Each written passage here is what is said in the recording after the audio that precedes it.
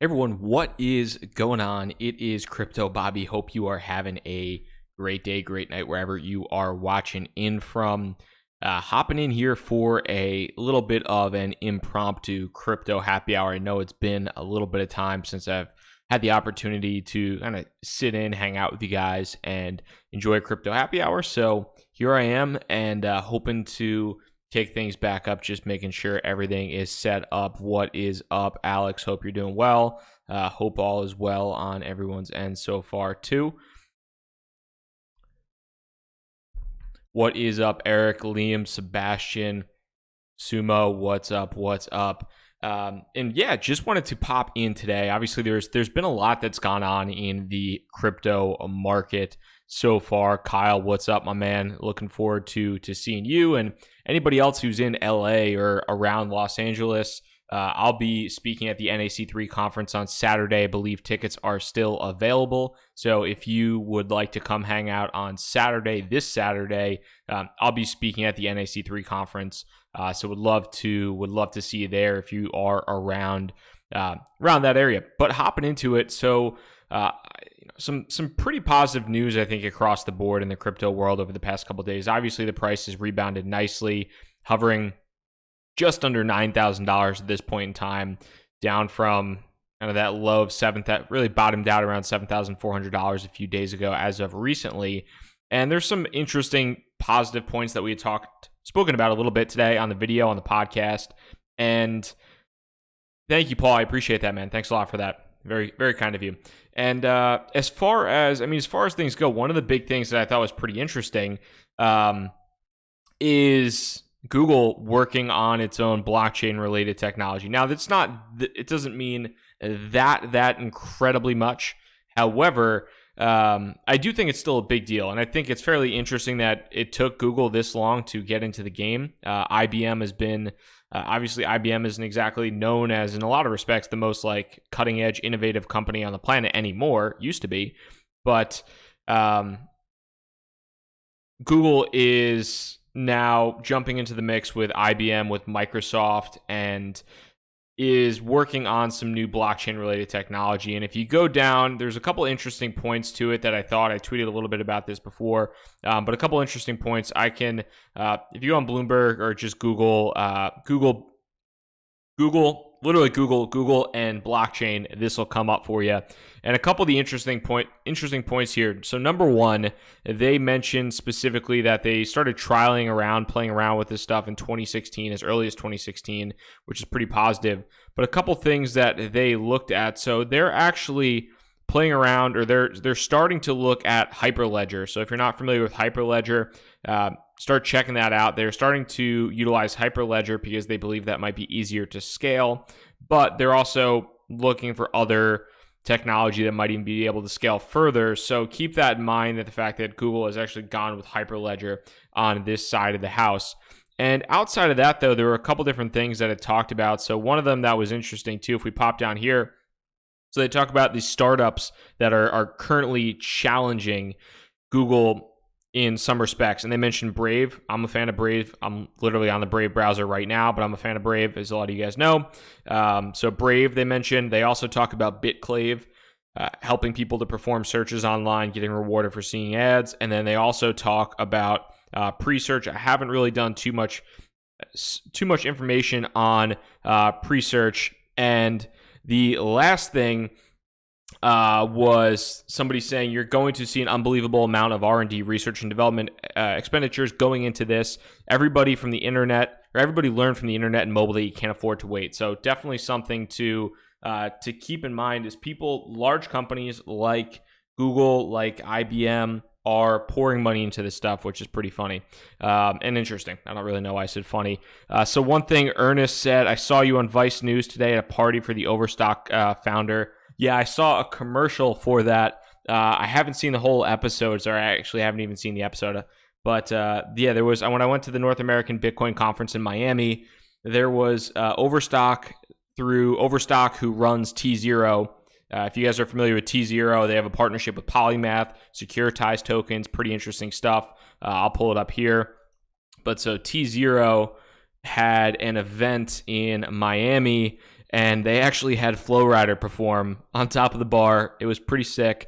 What's up, Crypto Dale? But I went to that. I got invited to that party, which was cool, and I got to hear Flow Rider perform in Miami, which was, I'm not like the biggest, I don't have any Flow Rider CDs or albums, or he's not even on my Spotify, but you give me some free booze and let me listen to Flow Rider in the front row, I could take that all day. And yeah, Tzero Overstock was pretty kind to throw that party. It was actually one of the more legit parties out there. Yeah, Liam, I'm a big Flow Rider fan for sure. Yeah, and this is one. So too, they're having an ICO, and I've also Dale, you're from Iowa. Come on, man. Killer Prince Dale, Killer Whale.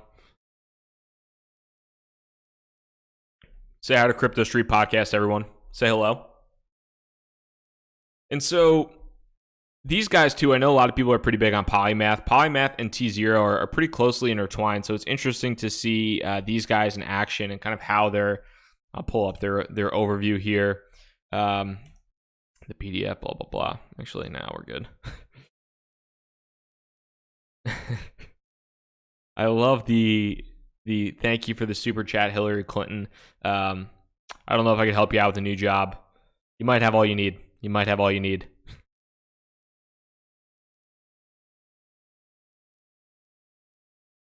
And so outside of just the overall kind of some of the securitized tokens, so there was a YouTube that I was going to watch today. Didn't get a chance to watch it, but I think securitized tokens are going to be pretty interesting. I know a lot of people are pretty bullish on Polymath. Tzero is having an ICO. It's only for accredited investors at this point in time. I believe it will stay that way.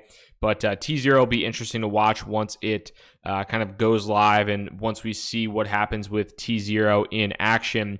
As Kyle mentioned, since that Kevin O'Leary video got tons of attention, can you explain the similarities and difference between securitized tokens, asset-backed tokens? I've seen some confusion. So I think in some cases, and I could be a little bit mistaken here, but the asset-backed tokens are kind of securitized. I feel like they're securitized asset-backed tokens. I could be somewhat wrong. Let me pull this up.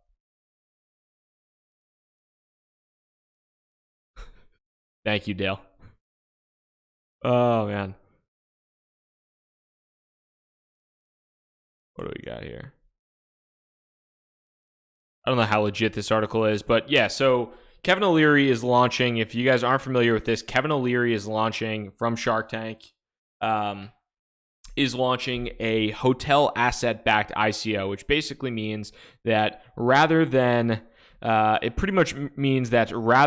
utilizing rather than having an IPO, an initial public offering, or doing some type of sale of the assets, they're doing a asset-backed ICO where if you purchase a certain number of tokens, you receive that much equity or that much ownership of that hotel, it's fairly interesting. I believe it's a securitized asset in some respects. I don't know so I understand the difference between a utility token, and I understand the difference between a utility token and a security token in a lot of respects, but between a security token and an asset token, I feel like there's somewhat, I feel like I could be completely wrong here, but I feel like asset tokens are pretty much all securities for the most part, but not all security tokens are asset tokens.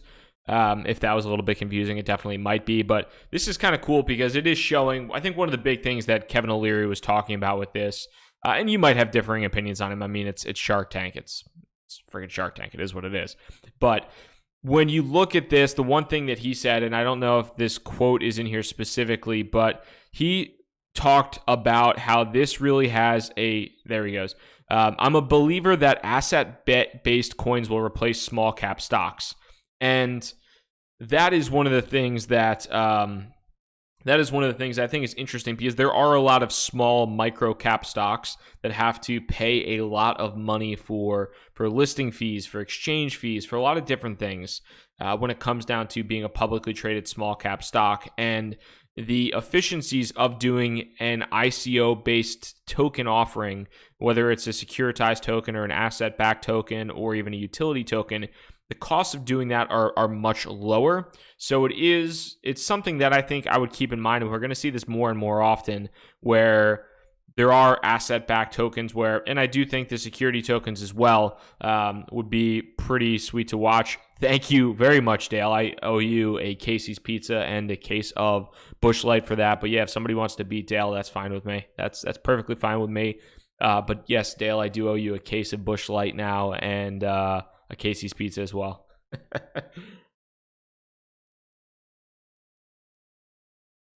They're coming in waves. And guys, if you have specific questions on any crypto here at all either or as well, I would definitely love to take those questions. Obviously, I don't always have the answer for every token out there, but definitely something that I could try to take there as well. Christopher says that hotel ICO only has to be mildly successful and the floodgates could start. Yeah, I definitely do think that's something to consider. I think that it probably will have some degree of success, especially if you are literally buying an asset and have legal rights to an asset. I don't see why it wouldn't be more success or as successful as it would be if it wasn't held on an ICO platform. Eddie and the Pale Lord both mentioned ICX Icon. Icon led the way. I think at one point in time was up about 50%. It's still down a very strong 71% from the all-time high. So Icon is not anywhere near come close to the all-time highs. However, it was up at one point in time, I believe, about 50% today. And that's positive news. I mean, it's still a pretty rich valuation of 1.4 billion, but it pretty much bottomed out at the $1.80 mark or so. I was actually looking at Icon a little bit. I wanted to tweet this, but I thought it would be kind of mean. But I saw Ian Bellina, who was a pretty big Icon guy, pretty big Icon fan, and had, I think, close to $1 million in Icon at one point in time, sold like all of his Icon within the past 4 days, and he literally sold the bottom. So that's rough. That's really rough. I actually respect Ian for having the balls to say when he sells something, because he'll get pushback no matter what. So I respect him for having the balls to say when he sells something and to do that. But that's a rough look to be selling at the bottom. I think he would have caught probably a couple $100,000 because he had a ton of money in it, a couple $100,000 of positive movement. So although he's going to do well regardless, so he'll be good. He'll be good.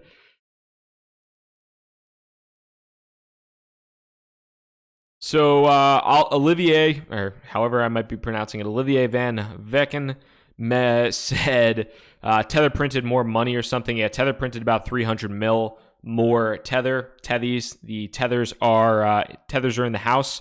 So Tether printed another 300 mil, and what we got here? That I don't know if this was the exact time. There were 2 points of positive news where the Tether news came out, and it definitely propped up the price nicely of Bitcoin. I don't know specifically at this point in time if it is exactly correlated. Like, I think a lot of people like to say, okay, the Tether prints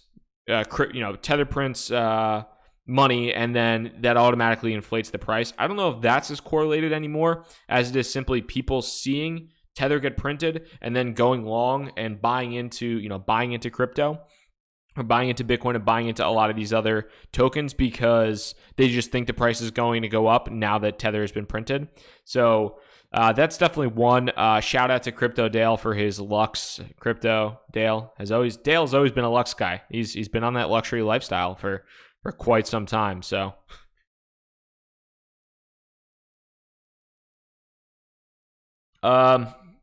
hey Bobby, do you think we'll see a pop in Tron's price when their testnet launches in 9 days? I'm not a massive Tron guy. You guys know I probably make fun of Tron more than the next guy.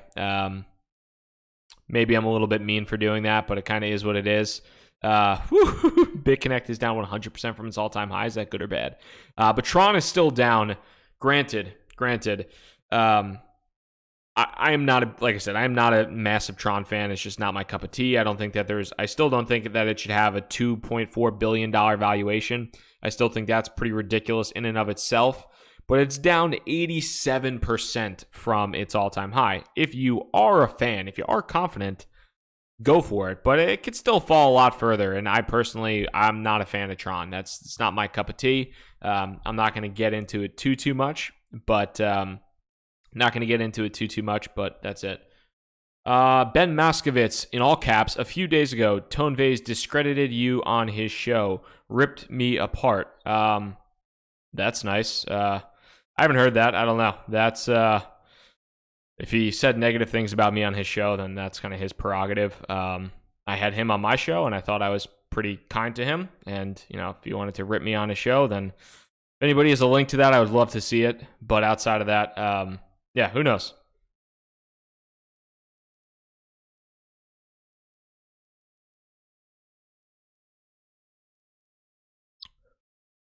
How can I increase crypto adoption amongst women? Interesting question.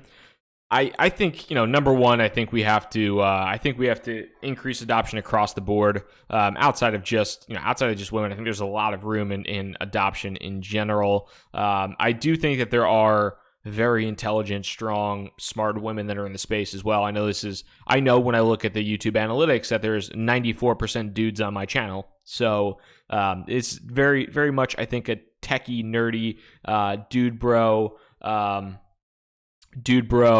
type of environment in some respects, but hopefully, from what I've seen, at least personally, there are there's some idiot dudes out there, but I think most of the guys in the space are also very respectful, hopefully, of women too. So I think anybody that's bringing something strong into the space and bringing, some innovation or a level of excitement, should be welcomed here and should do whatever the heck it is that they want to do. So, like somebody said, if you want to start a meetup, if you just want to just conversational about it with other people, whatever you feel, you're comfortable doing, that is definitely a positive thing.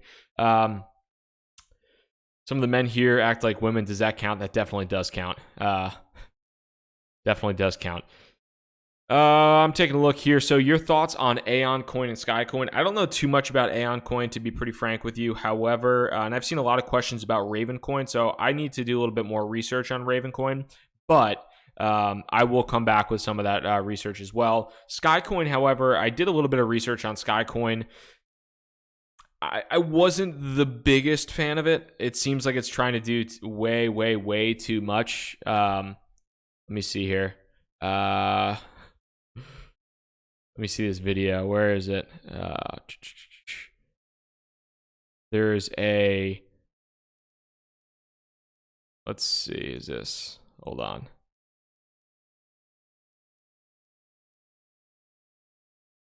Give me a second. There's one that just says that they will literally replace every... Maybe it's just a marketing move, and it shouldn't... It's bad marketing, at least in my mind. I'm trying to find the video. Why does the channel not exist?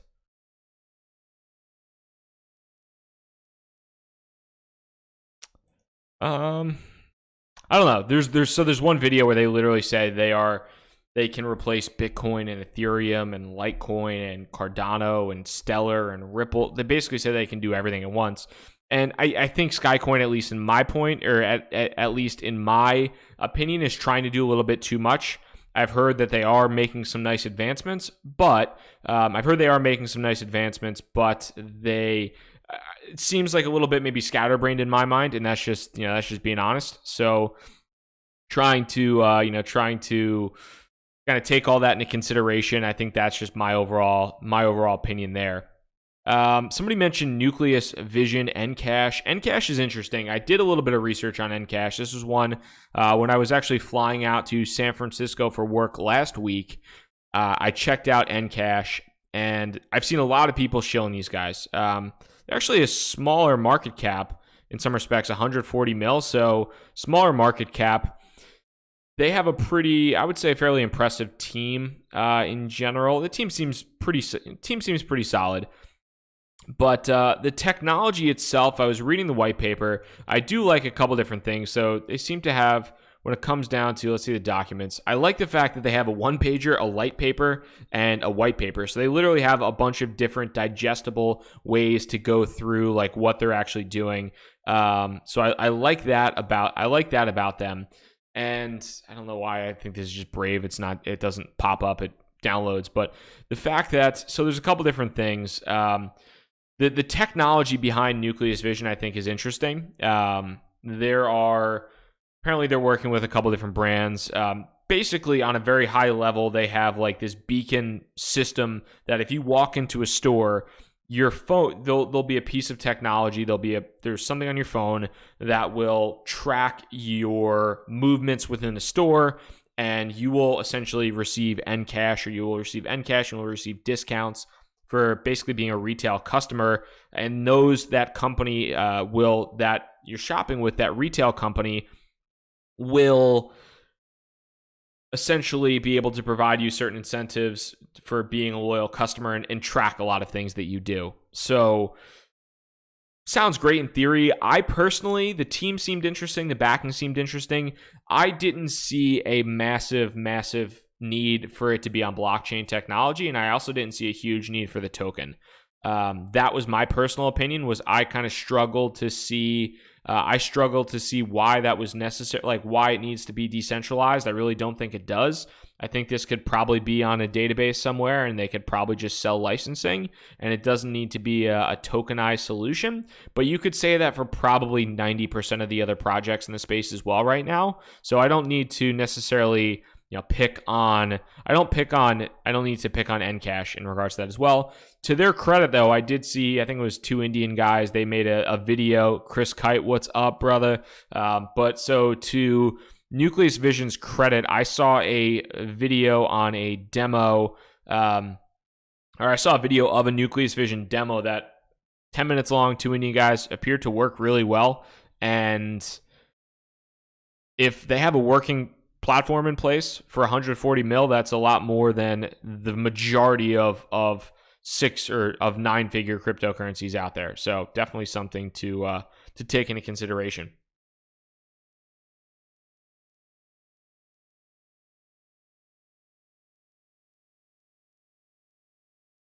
Jorge said Encash is disrupting the retail industry, which is a dead industry. LOL. Yeah, I mean, I do think that's kind of far out future state. Obviously, the retail industry has its own issues. It's not a great place to be. Amazon is murdering everybody and everything. So that's not the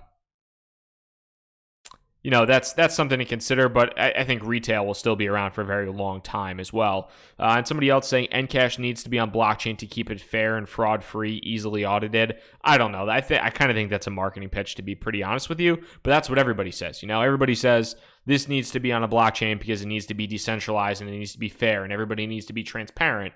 But do the majority of people really give a crap about fair and transparent if the system just works? No, they really don't. They really don't care all that much. So that's just my personal opinion. But as far as it goes, I personally would look positively on Nucleus Vision. I don't know if I would personally buy it though. That's my own opinion. I don't own any Nucleus Vision. I don't necessarily plan on buying it anytime soon.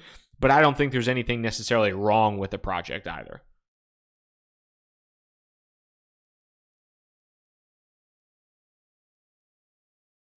Something that can just be done on a database somewhere is then incorporating a centralized point of failure. Yeah, but blockchain technology at this point in time is not. I don't think blockchain technology at this point in time is foolproof, and I don't necessarily think that. I just don't think that you gain efficiencies from putting everything. I don't think you gain efficiencies from decentralizing everything yet. Everybody loves to say decentralize everything. I don't know. They care when your centralized database goes down. I mean, I worked in enterprise software. I know the SLAs are 99.995%. I worked in cloud software. Stuff, for the most part, doesn't go down. And it's a lot more efficient than the majority of, I think, decentralized blockchain solution at this point in time. Matt, thoughts on VeChain getting shut down by BMW? Why lie? VeChain got shut down by BMW, BMW, as did who's the other one? Car Registry. I think it was Car Vertical. They both, I think both VeChain and Car Vertical were essentially advertising, trying to advertise the fact, and I have a pretty fat bag of VeChain, so just keep that in mind. I have a pretty fat bag of VeChain. I don't know too much about VeChain's, how heavily they were promoting a partnership with, if we pop here, VeChain, BMW, let's see. VeChain confirms partnership with BMW. Yeah, so this happened with, what do we have here? So this happened with both, Car Vertical and VeChain. So somebody said, can you confirm or deny whether you guys have a partnership with carvertical.com? And BMW's official Twitter said, BMW has not entered into a corporate partnership with Car Vertical. The company is using BMW car data interface available to any third party, essentially using BMW's API. And then I believe somebody else said, hey, what about VeChain? And they said the exact same thing. We don't have an official partnership with VeChain. I believe they said we don't have an official partnership with VeChain. However, they use our third-party data. So that's one thing. I tweeted about this the other day, and I do think this is an issue. I think that there are a lot of companies out there that prey on inexperienced investors who don't necessarily know, who don't know any better, and simply see, okay, like, wow, this is a car company that has, and I'll get to you in a second, Matt, would love to hear your poem. But this is a car company, and they have a partnership with BMW, or they have some type of partnership with BMW, and they buy into it because they see BMW as a partnership. And with that, they don't actually have a partnership. They are using an API that's freely available for me to use. That's not a partnership. That's irresponsible to say there's a partnership. So I really don't like that component of why a company would do that. I think it's a little silly, and so I don't know specifically how it worked with VeChain. Some Miko saying so they corrected something with VeChain, but yeah, this isn't necessarily just about VeChain or Car Vertical. And like I said, I own a fat bag of VeChain, so I'd prefer VeChain doesn't do anything stupid. I'd prefer them not lie about partnerships. I haven't sold anything, but yeah, I think that like companies misrepresenting partnerships is definitely a stupid thing.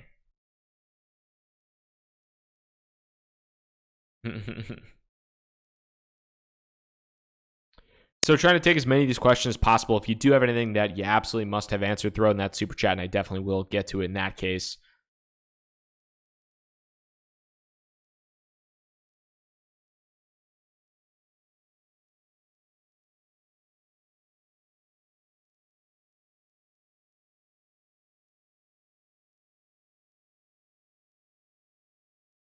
Why does Coinbase keep retweeting Toshi posts? I believe Toshi has some level of involvement with Coinbase. If I'm not mistaken, it might be, I think Toshi is, some respects, I think Toshi is part of Coinbase. So I believe that might be why they keep retweeting Toshi posts. That would make sense to me. So introducing Coinbase launches Toshi. Yeah, so Coinbase launched Toshi. They created that themselves. So that is why they retweet Toshi on a consistent basis.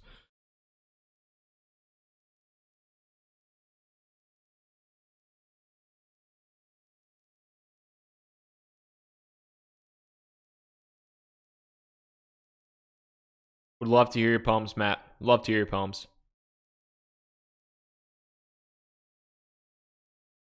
So, Paul Jeffries, really solid question, man.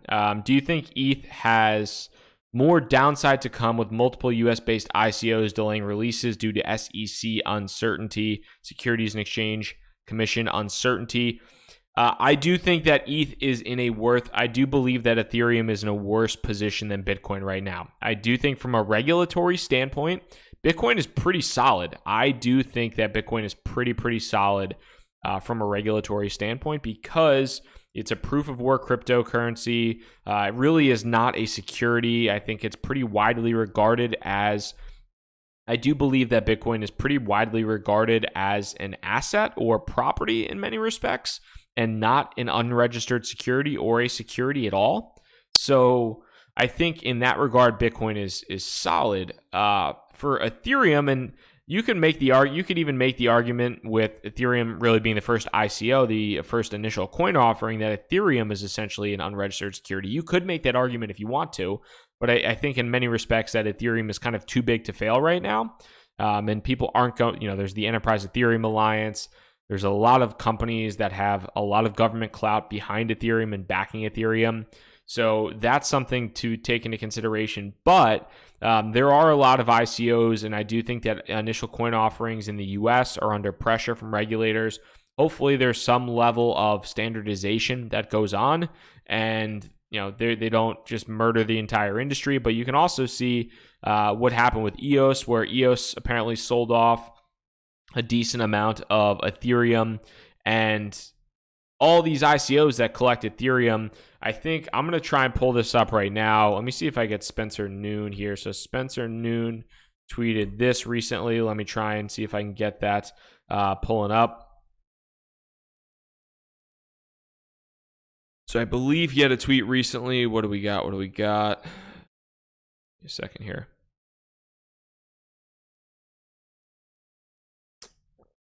So there's a tweet that went around recently in regards to the amount of money that is currently, here we go. Oh, boom.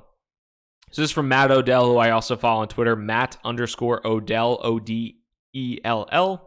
And this is an image that goes to show the amount of Ethereum held by ICOs, or locked up by initial coin offerings. And it's a lot. DigiDAO has $322 million worth of ETH. USD wise, Tezos has $140 million right now. Golem has $254 million. Apparently Tezos sold off a little bit, but it's pretty solid if you want to take a look at this. But check out Matt Odell on Twitter. It's really good info, but there are quite a number. I mean, that's if these ICOs wanted to sell off. Not that many have, but if these ICOs wanted to sell off, that's a lot of downward pressure on a market with not an incredible amount of buy force on the way up. So I think this is something to definitely keep in mind in the long run, as you look at things. But it is kind of cool to see publicly available addresses on like what these companies are doing essentially with the amount of ETH that they raise through an ICO. So pretty interesting stuff, I think, in my opinion. Eddie Aguilera, as a student, how do I start a crypto investment fund and invest the money of students around me? Hire a lawyer, brother. Hire a lawyer.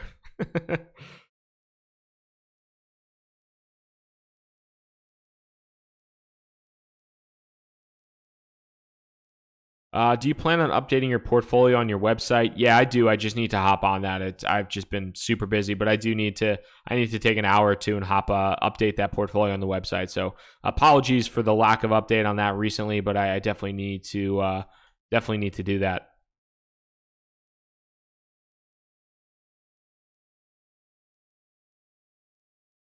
Why would the ICOs want to sell off because ETH is down 60%?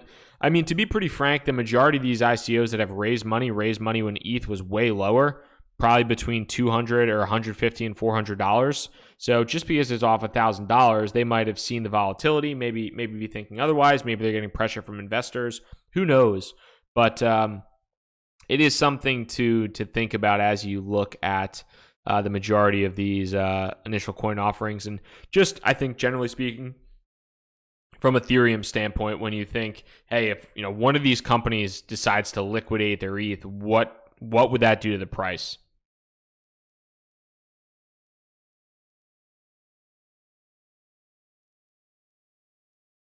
Definitely harder, Dumbo. Definitely harder. A lot of work goes on. Being in a small company is pretty awesome, pretty interesting, but it's a damn good time. Really enjoying it. What are your thoughts on the Ledger Nano vulnerability? So I believe that was found by a 15-year-old, so that's damn impressive. He's obviously way more intelligent than I am, by a long shot. So I believe that was found majority by a 15-year-old. I haven't looked too much into to the actual really the specifics of the vulnerability. I believe they've mostly been fixed. I saw the founder or the main guy behind Ledger, the Ledger team at the Token Fest conference in San Francisco. So that was cool just to see them. They're finally back in stock as well, but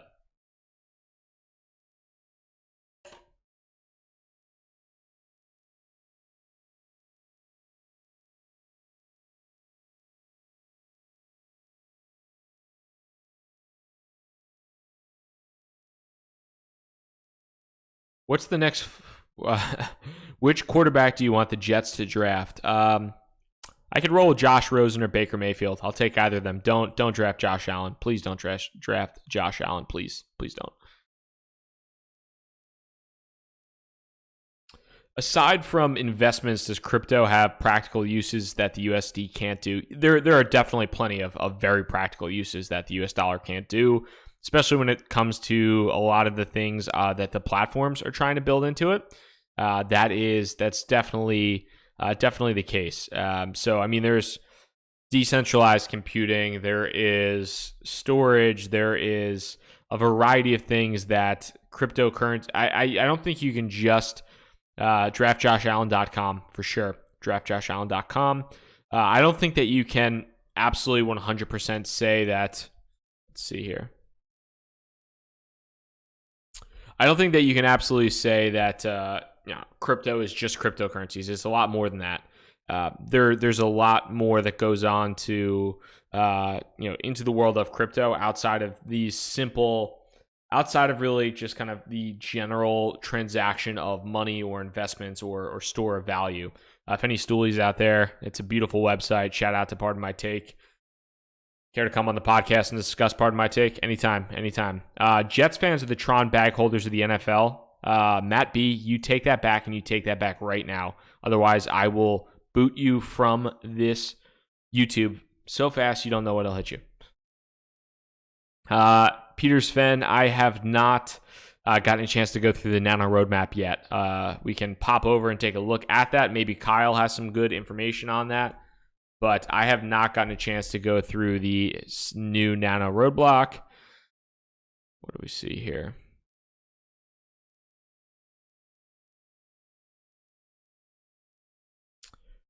Have you mentioned the 15-year-old? Yes, I did. I use a Ledger. That is, here we go. Krebs on security. 15-year-old finds flaws. So this, definitely something to look into further if you're interested in this.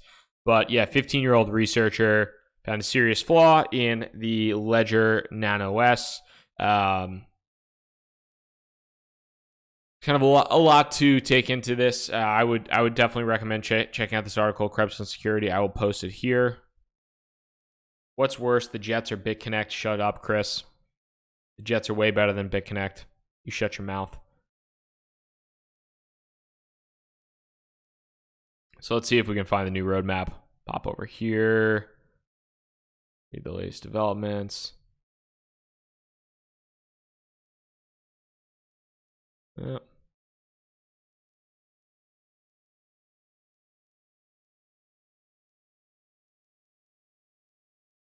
Broken link again. Sorry, Eric. I mean, there have been flaws that have been found with Trezors as well. I think that both a Ledger and Trezor I feel comfortable with, and I do think that there are good people out there that are trying to test those systems to make sure that they are hopefully as secure as possible. There's definitely plenty of negative potential in everything, but I'm a lot more comfortable storing my stuff in a Ledger than I am on anything else, at least at this point in time.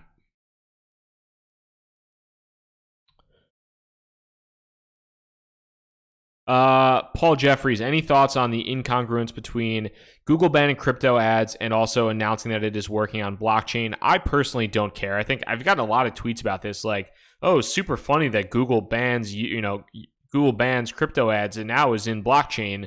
meaning that like they can now do whatever they want, and meaning that they can now do whatever they want, but the what do we got here? They can do kind of whatever they want, and they have their own system and can beat the industry or whatever.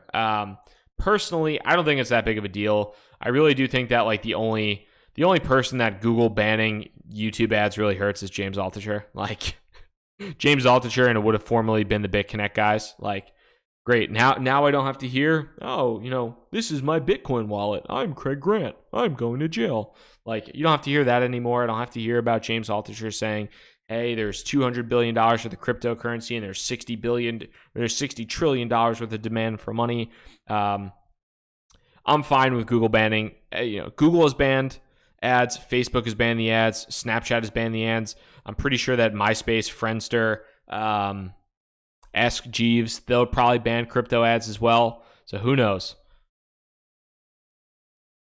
Google should ban the Jets. Chris, I'm going to ban you. Keep talking that way, buddy.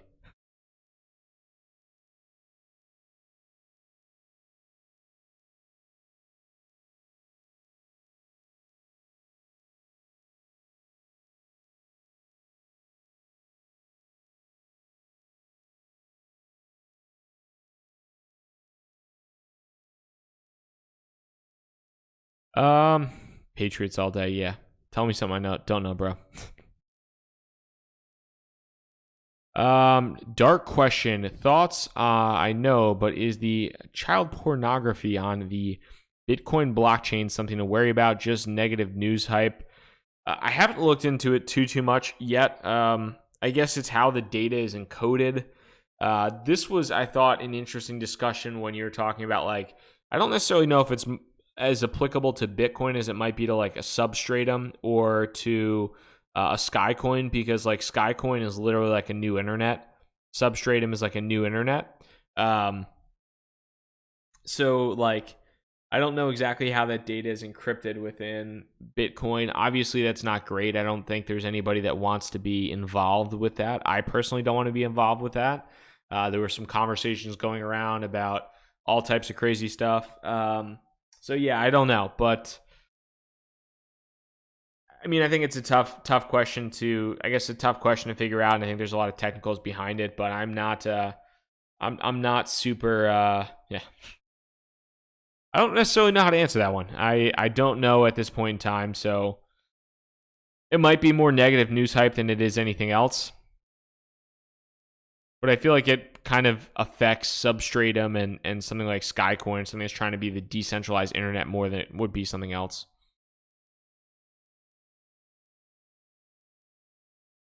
And Paul Jeffries, another good question, man. Any thoughts on Coinbase's upcoming cryptocurrency ETF?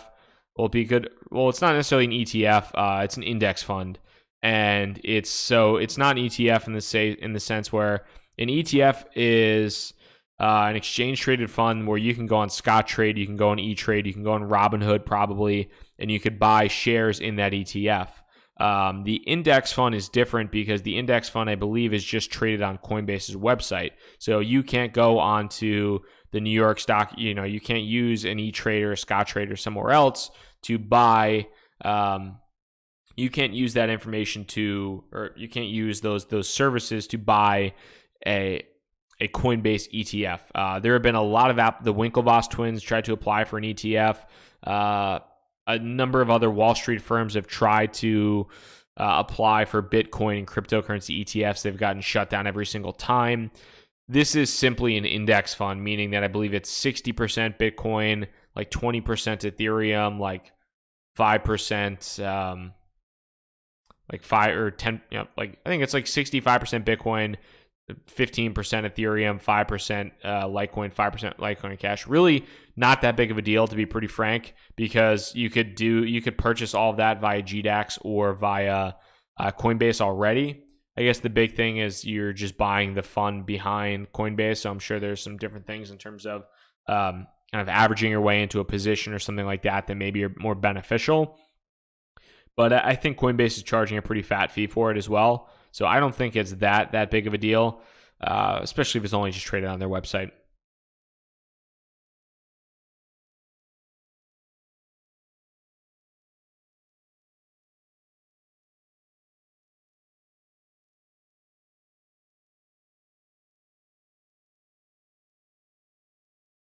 Thanks, Paylord. Appreciate it, man. Nick, yeah, I do need to update the portfolio on the website. I am not holding ZCL. I sold that before the fork. So I'm not holding ZCL or ETC, but everything else I'm still holding at this point in time. So it's really just a redistribution there.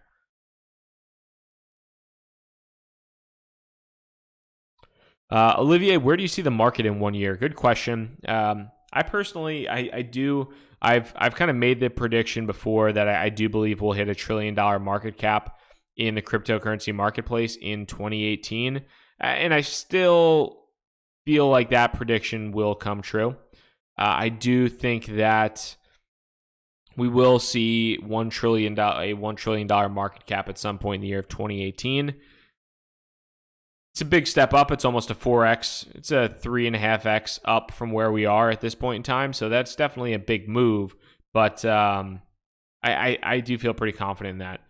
Thoughts on masternodes and secure nodes? Masternodes are interesting. Depends upon what you're looking at. Some masternodes are definitely very much higher quality than other masternodes. You have to evaluate each of them on an individual basis. There are some masternodes that promise incredibly high rates of returns. The higher the rate of return, the more careful you should look at it, to be pretty frank with you. The 30% annual returns are something you might want to look at with a pretty close eye. Preferred thought leaders in the crypto world. If you go on my Twitter profile, anybody I'm following is somebody I would consider a thought leader for the most part. I really enjoy listening to people like Ari Paul. There's a number of people in the hedge fund space. There are a number of people that are. I like following everybody from a Bitcoin maximalist to an Ethereum maximalist to lawyers to investors to company founders. I like all across the board. I'm really interested in that. What's up, Michael? Hope all is well, man. Congrats on the new gig. Thank you, dude. Any advice on how someone with a similar background, software as a service sales, SaaS sales, can get involved in this space? Appreciate it, bro. Yeah, absolutely. I actually had a conversation with somebody today that works in the software as a service sales game. And I think my advice to him was to network as much as possible.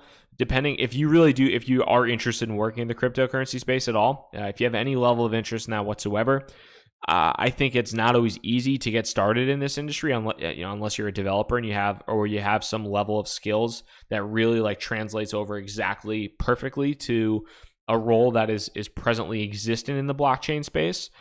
However, if you are one of the things that I would recommend is if you are anywhere local where there are meetups available, I would try to go to meetups and introduce yourself in person. If not, I would find any opportunities online where you can reach out and don't just apply to them, because I personally applied to jobs. I was interested in working in the space and I would apply to jobs. I wouldn't hear anything back. Nothing. So I wouldn't really hear much of anything back. But with all that being considered, I would look at I would try to reach out directly to these companies and try to start those conversations with them as best as possible by talking to the founders directly, and that's a solid thing to do.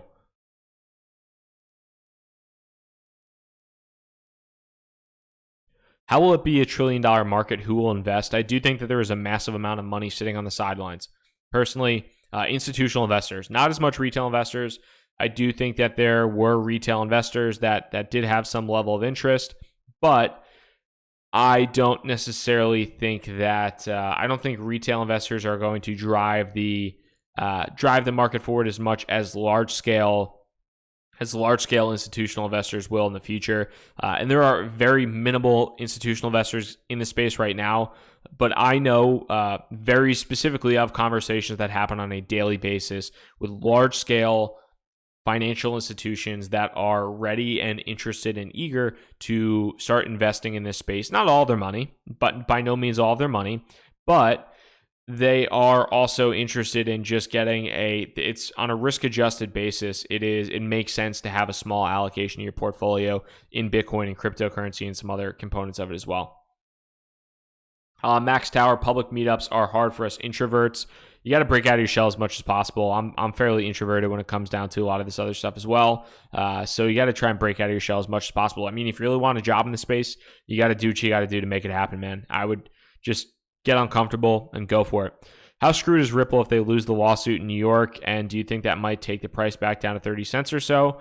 So if you guys aren't familiar, Ripple is being sued by Ripple R3. Here we go. So R3 is a blockchain company, venture-backed blockchain firm.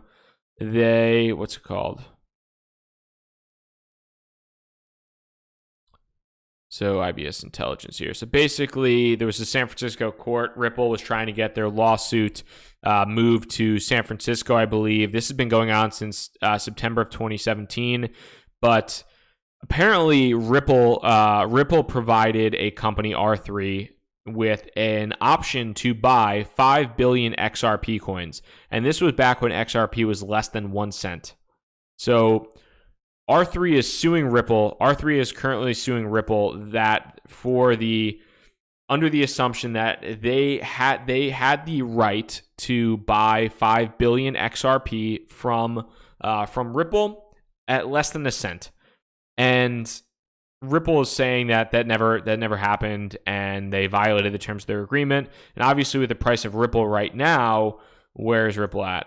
Ripple is at 70 cents. Obviously, if you're R3 and you're able to buy something for less than a cent and then turn around and have that be worth 70 cents, you would take that all the damn time. So I don't think it's a positive thing for Ripple if this gets moved forward. I mean, I think it just kind of transfers over money on the balance sheet from one to another. But I don't necessarily know if this will, unless R3 starts to offload. But who knows? I guess we'll have to see how it ends up playing out. But yes, literally 70x. It is a 70x move.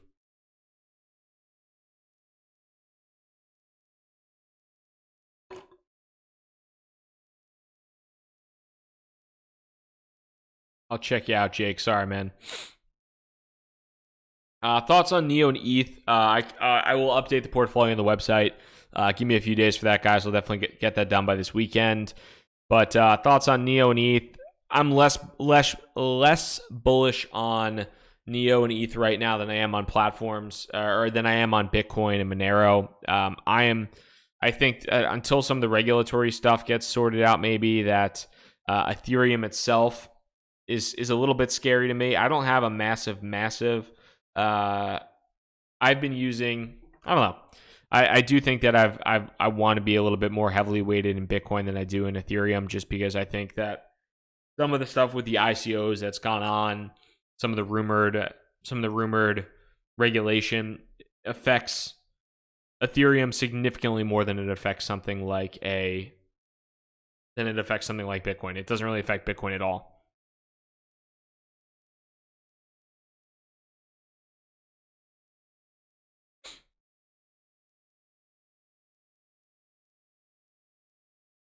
So taking a look at some of these questions, if anybody has anything they absolutely must have answered, definitely let me know and I will get to it. And if you have been watching for a minute, toss a like into the video. I would definitely appreciate that. That'd be fantastic if you could throw me a like, just so that this video gets out to as many people as possible after the fact too. Definitely helps to spread the video around as much as possible when you guys all throw a like on the video. So Jacob, we talked a little bit about Icon. Icon's had a hell of a run today. We can pull up Icon. I do think Icon was probably quite a bit oversold. So not against BNB. I do think Icon was probably quite a bit oversold. It looks like it found some pretty significant support at this point in time. I don't know if this is the start of a run or just a little bit of a period of respite, but I think we saw some pretty heavy buy volume in comparison to what we've seen recently. So I think that's solid news for Icon here. I mean, this is the worst it's traded since ever, really, on a Bitcoin trading pairing perspective. So I think that if you're a fan of Icon, this might still be a decent buy opportunity. It's showing a little bit of legs, definitely some strong volume. Thanks, Kenny. Appreciate that. Thanks, Skyboat. Appreciate the likes, man. Being listed on a Korean exchange is big. That's definitely the case. Somebody else saying, yeah, it's pumped because it got listed on BitHum. Yes, definitely Why would Coinbase add ETC? Why would Coinbase add Ethereum Classic? So one of the big reasons would be, I think it has really strong institutional backing. You have Barry Silbert, DCG, pretty heavily behind Ethereum Classic. You could also technically make the case, and pretty easily, that Ethereum Classic is actually the real Ethereum.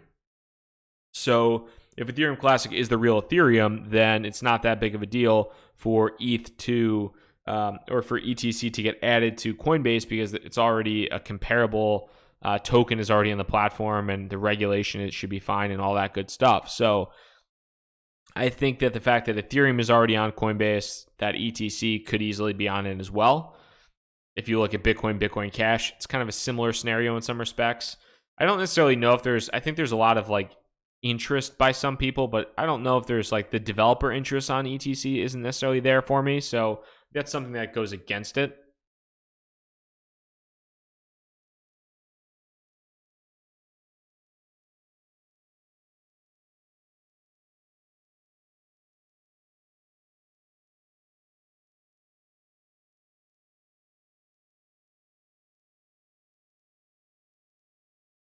Barry coins never pump anyway. I'm done. I'm done with Barry coins. I'm done. Every time I buy Barry coin, I get murdered. Have a good night, Dumbo. Appreciate it, man. Or woman.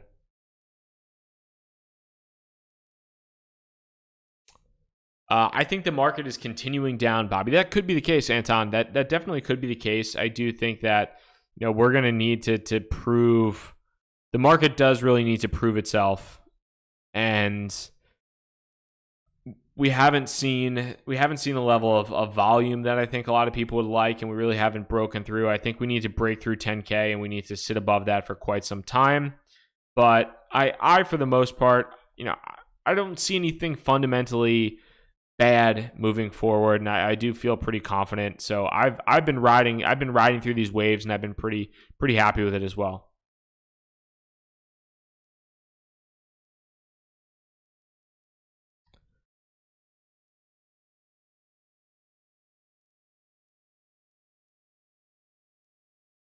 I'll get to the Nano roadmap at another point. Lincoln K, Bobby, do you secretly hate Litecoin? Yeah, I hate Litecoin. I hate everybody about it. No, I'm kidding. I don't hate Litecoin at all.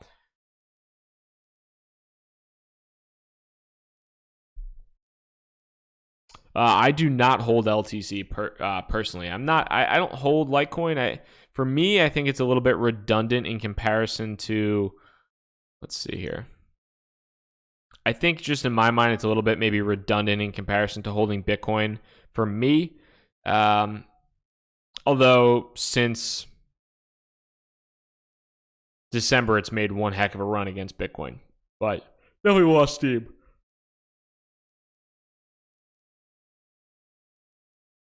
Subaru, what is up? Have you noticed there has been a big drop off in crypto YouTubers? I mean, I think there's definitely been a big drop off in crypto YouTubers. I think that you could have been a Joe Schmo idiot dumbass and come on to YouTube in December and been like, hey, what's up, guys? I think XYZ is going to moon. And then it would moon 2 days later because literally everything mooned. And then you'd be like, hey, I'm the smartest person on earth. And then come mid-January, when that investment that you just recommended drops 80%, you're not the smartest guy in the world anymore. And you can't power through that. Somebody said, yeah, am I tired? Yeah, I think I yawned 3 times. I am pretty tired. But yeah, you don't necessarily there's in a bull run, everybody is a genius. And that's why even when the bull run is happening or a bull run happens, I know I'm not a genius. And I know that I'm just getting lucky and or hopefully making solid, educated guesses.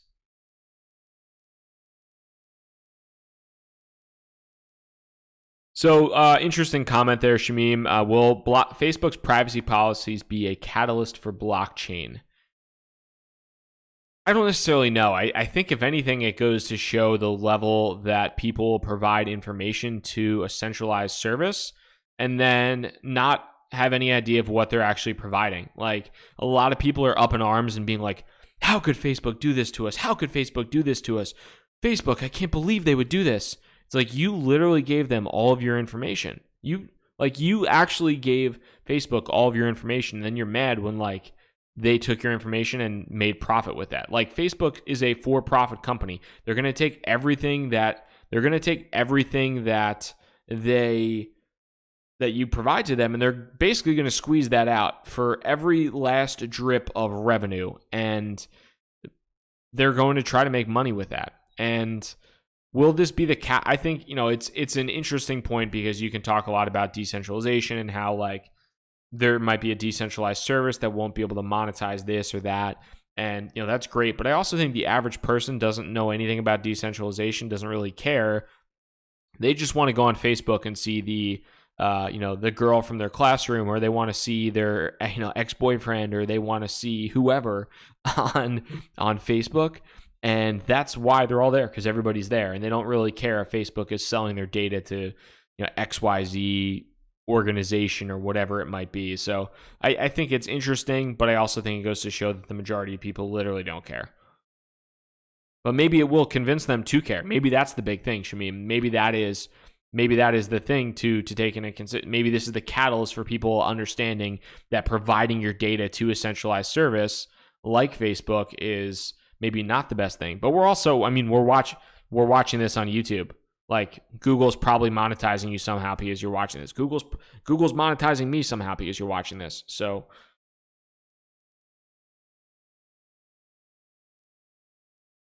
Tom Lee stated alts are going to have it tough until July, August due to regulations in the SEC. I wouldn't doubt that. I would not doubt that at all. I do think that Bitcoin might continue to run up further, and I'm kind of looking at my positions and trying to figure out where I might be able to scale a little bit heavier into Bitcoin and maybe a little bit heavier into Monero, but just kind of primarily Bitcoin, because I do think that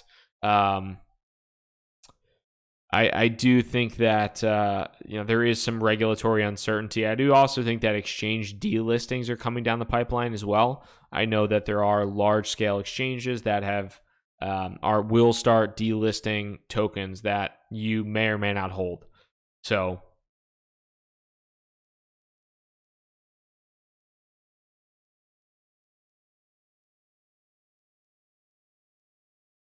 how much does YouTube have an influence on the crypto market? I think there are some YouTubers that have very big followings that shill absolute crap coins, and those crap coins are worth hundreds of millions of dollars, which is just an absolute joke because they're literally the biggest dog shit on the planet.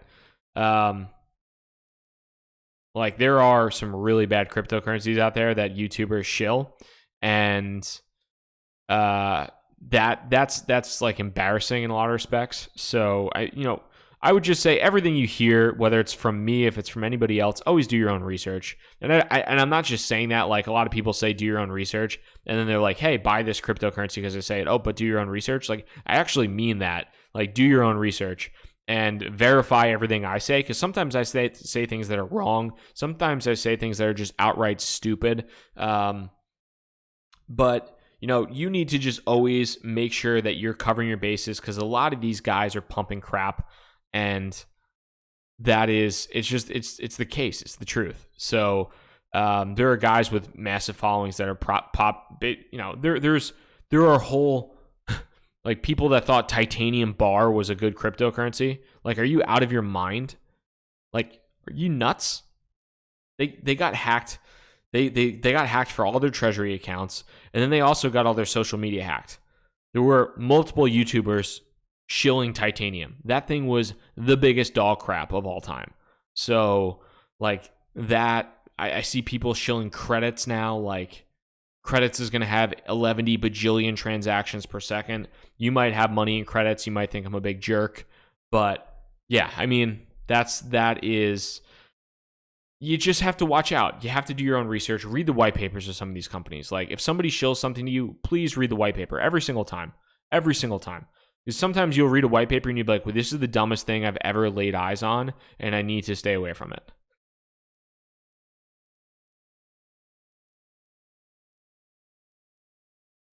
Don Ray, yeah, man. There's nothing worse than being up multiple X's and then having it go down multiple times.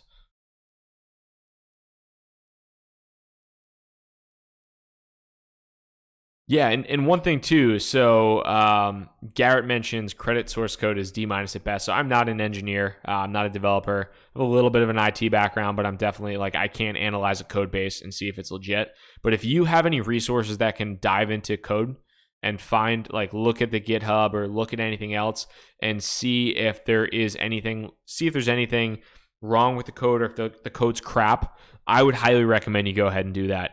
Leverage every bit of resources that you have because that is highly important.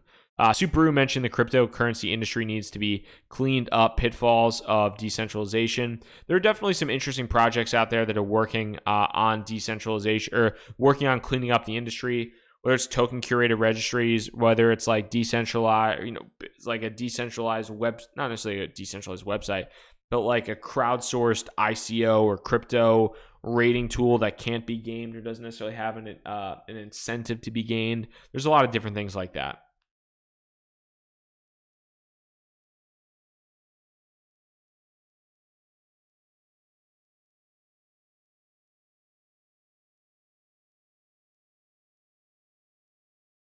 Like I said before, guys, if you have been watching for a little bit of time, throw me a like. I would really appreciate that. Sorry, there's no face here either, and you're just hearing the silky smooth tones of my beautiful voice. But doing a little bit of work at the house, so doing a little bit of work. So don't have the video camera. It's all it's all a jumbled mess. So I don't have the video camera and all the whole little studio set up at this point in time. But I would love a like button if you could hit that. That'd be fantastic. And yeah, Bobby, no face today.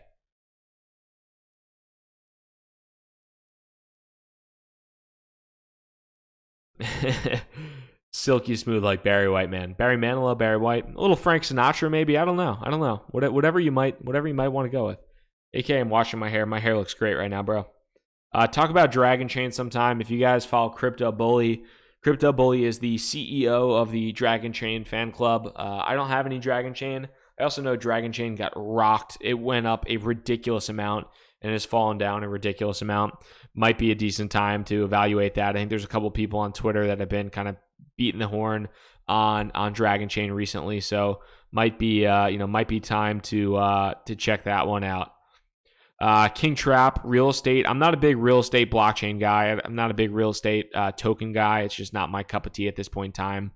Proppy, Rentberry, a lot of those other ones, they haven't performed as well as like platforms or things like that. Do you think drinking beer is good when playing with the market? I would say no, probably not. No beer today. I am actually, I had a little bit of rye whiskey, so that was delicious.